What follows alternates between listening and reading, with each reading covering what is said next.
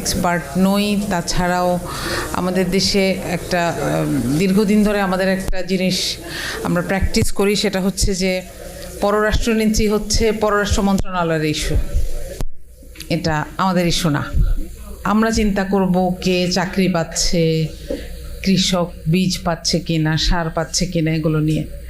তো একটা সময় আসলে দেখা গেল যে এই পররাষ্ট্রনীতির এগেইনস্টে একটা দেশের যে প্রেফারেন্সগুলা, এগুলা আমাদের ব্যক্তিদেরকেও এসে স্পর্শ করে। আমরা আধিপত্যবাদের বিরুদ্ধে কথা যখন বলতে শুরু করেছি, তখন দেখলাম আমাদেরকে মারা হচ্ছে, আমাদের সন্তানদেরকে হত্যা করা হচ্ছে, আমাদের চাকরিতে আঘাত পড়ছে। এমনকি আমার কৃষক কি পাবেন সেটাও নির্ধারিত হচ্ছে পররাষ্ট্রনীতির এগেইনস্টে আমার দেশের আত্মবিশ্বাস কতটুকু এটার উপরে।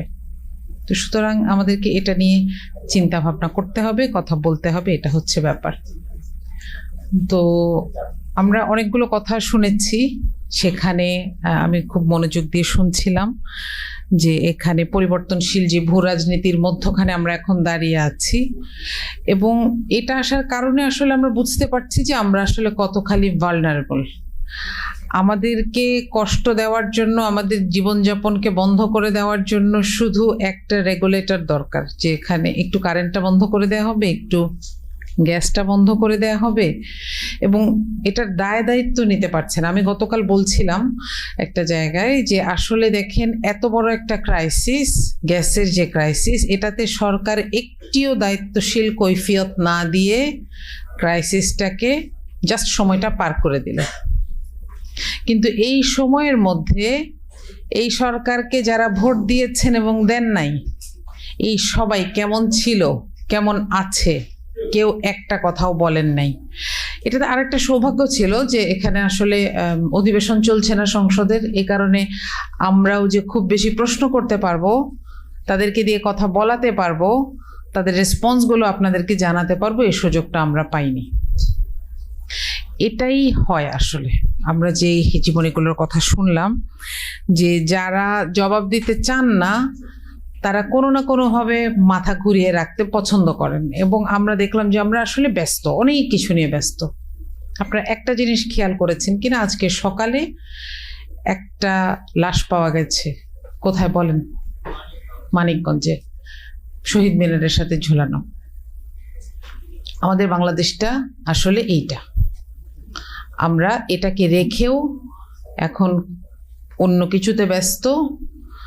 আমরা একজনের চোখ চলে যাচ্ছে, একজন শহীদ সালাউদ্দিন গতকাল একজন মারা গেছেন, তার জন্য ব্যস্ত নাই। আমরা এমন কিছু নিয়ে ব্যস্ত যেটা হচ্ছে চানাচুরের মতন, আমাদের খুব মুখরোচক কিছু খাদ্য দেয়, আমাদের কথা বলতে ভাল লাগে, মুখটা চালাতে ভাল লাগে, সেই জায়গায় এখন এখানে সবাই যেটা বলেছেন, আমি একটু যেটুকু শিখেছি সেটুকু আপনাদের সামনে একটু বলি। প্রথমটা হচ্ছে ভারসাম্যপূর্ণ কূটনীতি এবং বাণিজ্য নীতি, অর্থাৎ কে আমার শত্রু, কে আমার বন্ধু, তার চাইতে বড় ব্যাপার হচ্ছে আমার কোথায় স্বার্থ, এটাকে ধরতে পারাটা জরুরি।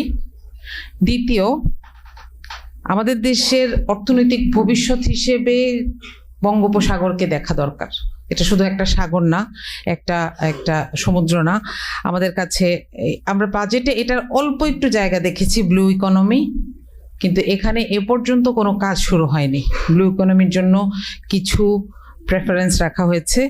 তৃতীয়ত যেটা শুনেছি যে বাংলাদেশ ভৌগোলিকভাবে গুরুত্বপূর্ণ, এটা আমরা খুব খুব কমন জানি। এটার ব্র্যাকেটে একটা কথা থাকে, এটা হচ্ছে গরিবের বউ, তাই না? যে ভৌগোলিকভাবে গুরুত্বপূর্ণ মানে সবাই এখানে বেনিফিট খুঁজবে, কিন্তু এখানে কি রেখে গেল এটা খুঁজবে না।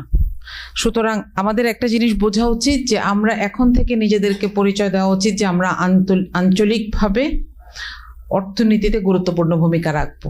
আমাদের পজিশনটা আমাদের বোঝা উচিত। আরেকটা জিনিস শিখেছি যে বিদেশ নীতি বা পররাষ্ট্রনীতির সাথে আমরা রাজনীতিকে, ইন্টারনাল রাজনীতিকে মিশাবো না। যদিও বারবার আমরা দেখেছি যে এই দেশের পররাষ্ট্রনীতি তখন মহিমান্বিত হয় যখন, বা তখন সফল হয়, তখন মর্যাদাপূর্ণ হয় যখন দেশের সাথে দেশের সম্পর্ক হয়। কিন্তু আমরা বারবার দেখেছি দেশের সাথে দলের সম্পর্ক হয়। আমি দীর্ঘদিন ধরে দেখছি, আমি এখন নিজেও রাজনীতিতে আসার কারণে আমাকেও প্রশ্ন করা হয়, আপনাদের দলের সাথে ভারতের সম্পর্ক কেমন? এটা একটা দেশের জন্য কতখানি অবমাননা করা। আপনারা যারা প্রশ্ন করেন আপনাদেরও এটা বোঝা দরকার। কখনোই এই জায়গাটাকে অ্যাকনলেজ করবেন না অথবা স্বীকৃতি দেবেন না যে দলের সাথে দেশের সম্পর্ক থাকে। দলের সাথে দেশের সম্পর্ক থাকা উচিত না, বড় কথা হচ্ছে এটা।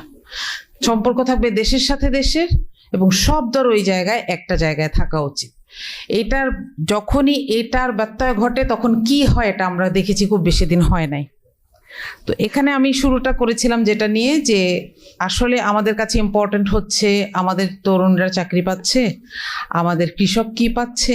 আমরা যখন পররাষ্ট্রনীতির দিকে তাকাই তখন দেখি যে আমাদের আসলে কি কি জিনিস দরকার। এনার্জি সেফটি দরকার, ফুড সেফটি দরকার, বিনিয়োগে বৈচিত্র্য দরকার, এক আরএমজি দিয়ে আর কত, আমাদের চামড়া শিল্পকে নিয়ে এগিয়ে নিয়ে আসা দরকার, যেগুলোকে উদ্দেশ্যমূলকভাবে নষ্ট করে দেওয়া হয়েছে আমাদের সো কল্ড কল্যাণকামী প্রতিবেশীর কারণে। এই জায়গাগুলোকে আমাদের মনোযোগ দেওয়া উচিত, তাহলেই আমরা আধিপত্যবাদ বিরোধী কথা অন্তত বলতে পারছি, সেই জায়গাগুলোতে বলতে পারবো। আর আরেকটা জায়গায় আমি ব্যারিস্টার ফুয়াদের সাথে একমত যে এখানে ফিল্ডটা আসলে, পেরিফেরিটা আসলে অনেক বড়, স্কোপটা অনেক বড়। এখানে যদি একটু সেক্টর ওয়াইজ আমরা কাজ করতে পারি, কথা বলতে পারি, তাহলে আমাদের জন্য বুঝতে সুবিধা যে আমরা ভবিষ্যতের জন্য কি বাছাই করব, ফোকাসটা কোথায় করব। আপনাদের সবাইকে ধন্যবাদ। আসসালামু আলাইকুম।